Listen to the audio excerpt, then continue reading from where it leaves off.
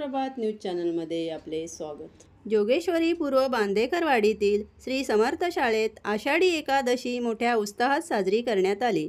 यावेळी सकाळी बांदेकरवाडीतून प्रभात फेरी आणि दिंडीचे आयोजन करण्यात आले होते।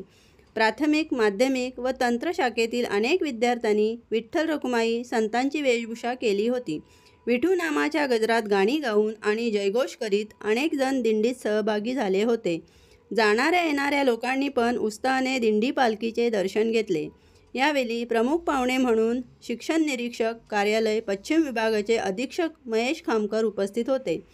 त्यांना देखील गायनाची आवड असल्याने त्यांनी कानडा राजा पंढरीचा हा अभंग अत्यंत सुरेख चालीत गायला आणि उपस्थितांची वाहवा मिळवली।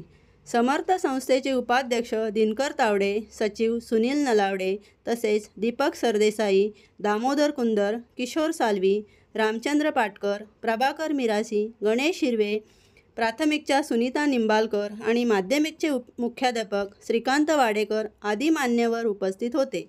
मुलांनी देखील अनेक अभंग उत्कृष्टरित्या म्हणून दाखविले। दरवर्षी विविध सण उत्सव या शाळेत मोठ्या उत्साहाने साजरे केले जातात।